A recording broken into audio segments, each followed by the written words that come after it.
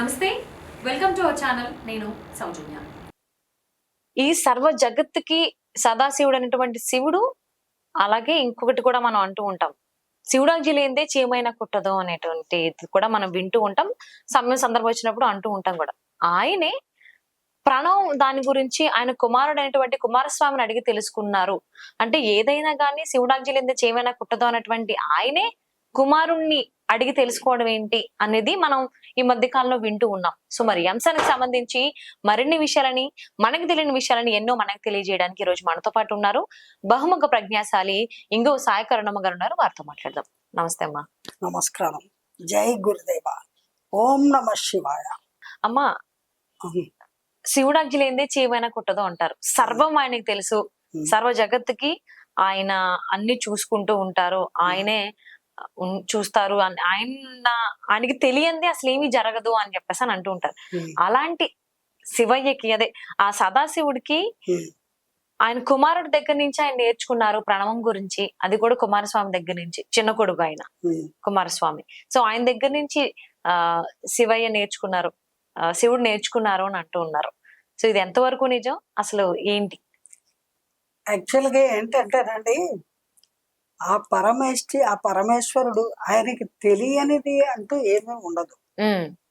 ఎందుకంటే సనాతన దైవము ఆయన సదాశివుడు. అన్నీ తెలిసినటువంటి ఆ భగవంతుడు, ఆ పరమాత్ముడు, ఆ సదాశివుడు ప్రణవం గురించి ఆయనకి తెలియకపోవడం ఏంటి? ఆయనకి తెలుసు. అయినప్పటికీ ఆ ప్రణవం గురించి ఎదటి వ్యక్తికి చెప్పడంలో తన కుమారుడైనటువంటి కుమారస్వామి మంచి పేరు ప్రఖ్యాతులు సంపాదించుకున్నాడు అని విని, నారదుల వారి ద్వారా విని ఎంతో ముచ్చటపడి, ఒక ఫాదర్గా, తండ్రి పిల్లలు మంచి ర్యాంకులో చదువులో పైకి వస్తున్నారంటే ఎంతో గర్వపడతారు కదా. అలాగా ఆయన ఒకరోజు కైలాసంలో కొలువులో అందరూ ఉండగా ఆ కుమారుడిని పిలిచి, నాయన, నాకు నీ నోటి ద్వారా ప్రణవం గురించి వినాలని ఉంది, ఒక్కసారి చెప్పు అని అడుగుతారు. అలా అడిగినప్పుడు కుమారస్వామి వెంటనే శిరస్సు వంచి తల్లిదండ్రులకి నమస్కారం చేసి, అన్నగారైనటువంటి గణపతికి నమస్కారం చేసి, అలాగే సభకు నమస్కరించి చెప్పడానికి ముందుకు వస్తాడు. అప్పుడు కైలాసాధిపతి అయినటువంటి ఈశ్వరుడు తన ఆసనం నుంచి లేచి కింద కూర్చుంటారు బాచం పెట్టేసుకొని.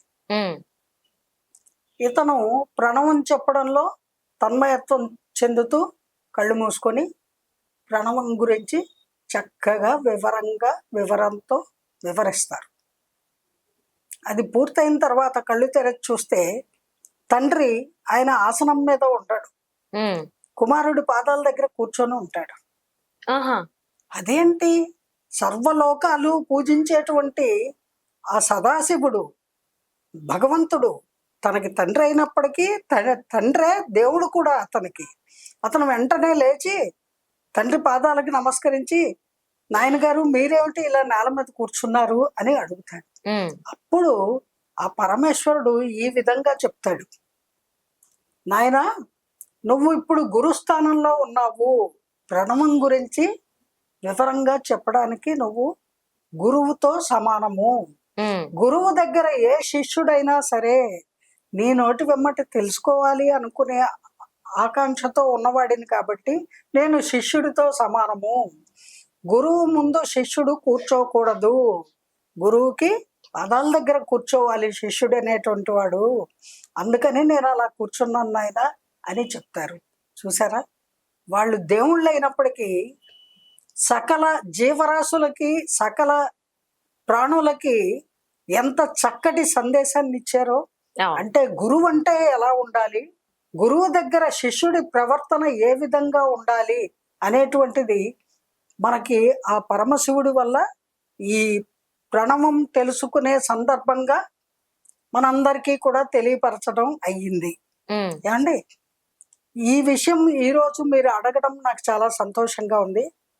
అట్ ది సేమ్ టైం ఇప్పుడు సమాజంలో కానీ ఇప్పటి కాలమాన పరిస్థితుల్లో కానీ మరి ఎంతమంది గురువుల్లాగా ప్రవర్తిస్తున్నారు, ఎంతమంది శిష్యుల్లాగా ప్రవర్తిస్తున్నారు అని ఆలోచిస్తే చాలా బాధాకరంగా ఉంటుంది. మనం ఎన్నో ఘోరాలు, ఎన్నో అకృత్యాల గురించి నిత్యము వింటున్నాము. అలాంటివి జరగకూడదని ప్రపంచానికి జరిగిన వాటి గురించి చెబుతున్నాము కూడా. కానీ మనందరికీ కూడా తెలియని ఎన్నో అద్భుతమైనటువంటి, తెలుసుకోదగినటువంటి, తెలుసుకొని తీరవలసినటువంటి మంచి మంచి విషయాలు భగవంతుడే అనేక అవతారాలు ఎత్తి అనేక సార్లు బోధిస్తూ వచ్చాడు. అందులో భాగంగా ఈ ప్రణవం గురించి తన కుమారుడి నోటమ్మట వినడం కోసం ఈశ్వరుడు తాను ఒక శిష్యుడిగా మారి తన కుమారుణ్ణి గురుస్థానంలో ఉంచి చెప్పమని అడిగి విన్నాడు. అందుకని ఇక్కడ మనం నేర్చుకోవాల్సింది, తెలుసుకోవాల్సింది ఏమిటి అంటే, గురువుని శిష్యుడు ఏ విధంగా గౌరవించాలి, అలాగే శిష్యుడు అనేటువంటి వాడు గురువు దగ్గర ఎలా ప్రవర్తించాలి. అట్ ది సేమ్ టైం గురువు కూడా శిష్యుల పట్ల ఎంత వాత్సల్యంతో, ఎంత అభిమానంతో, ఎంత గౌరవంగా ప్రవర్తించాలి అనేటువంటిది కుమారస్వామి ద్వారా మనము నేర్చుకోవాలి. అందుకని ఈ ప్రణవాన్ని వివరించమని ఈశ్వరుడు మన వంటి సకల జీవుల కోసము చేసినటువంటి ప్రక్రియ తప్ప మరొకటి కాదు. అదే విషయం. అంటే శివుడే ఏం పని చేసినా గానీ లోక కళ్యాణార్థమే చేస్తారు అని చెప్పి అందరూ అంటూ ఉంటారు. మనం చాలా కథల్లో కూడా విన్నాం. మరి ఈ ప్రణవం గురించి కుమారస్వామిని అడిగారు అని అంటే మీరు చెప్పారు ఇప్పుడు మాకు గురువుకి శిష్యుడికి ఉండేటువంటి బంధం అంటే అక్కడ తండ్రి కొడుకుల బంధం కాకుండా శివుడేమో శిష్యుడు అయిపోయారు, అక్కడ కుమారస్వామి గురువు అయ్యారు. సో ఆ బంధాన్ని అందరికీ తెలిసేలాగా చేశారు. సో అసలు ప్రణవం అంటే ఇప్పుడు ఉన్నటువంటి ప్రజలు ఎవరైతే ఉన్నారో ఎందుకంటే ఆలోచన ద్వారా చాలా చేంజ్ అయిపోయింది. సో వీళ్ళకి అర్థమయ్యేటువంటి విధంగా ప్రణవం అంటే ఏంటి అనేది కొంచెం మాకు అర్థమయ్యేటువంటి మాటల్లో మాకు కొంచెం తెలియజేస్తారా? ఇప్పుడు ప్రణవం అనేది చాలా పెద్ద విషయం అండి. అది ఒక ముక్కలో చెప్తే అయ్యేది కాదు. దాని గురించి తప్పకుండా నేను మరొకసారి వివరంగా చెప్తాను, డీటెయిల్డ్గా చెప్తాను. ఎందుకంటే ఇప్పుడు ఈ సందర్భంలో నేను చెప్పదలుచుకున్నది ఏంటంటే, ప్రతి శిష్యుడు గురువు పట్ల గురు భావనతోటే ఉండాలి. అలాగే ప్రతి గురువు తమ శిష్యుల పట్ల వాత్సల్యంతో వాళ్ళు కూడా తమ బిడ్డల వంటి వారే అనేటువంటి భావనతోటి ఉండాలి అనేది చెప్పడానికి ఈ అంశాన్ని నేను మాట్లాడడం జరిగింది. జై గురుదేవ.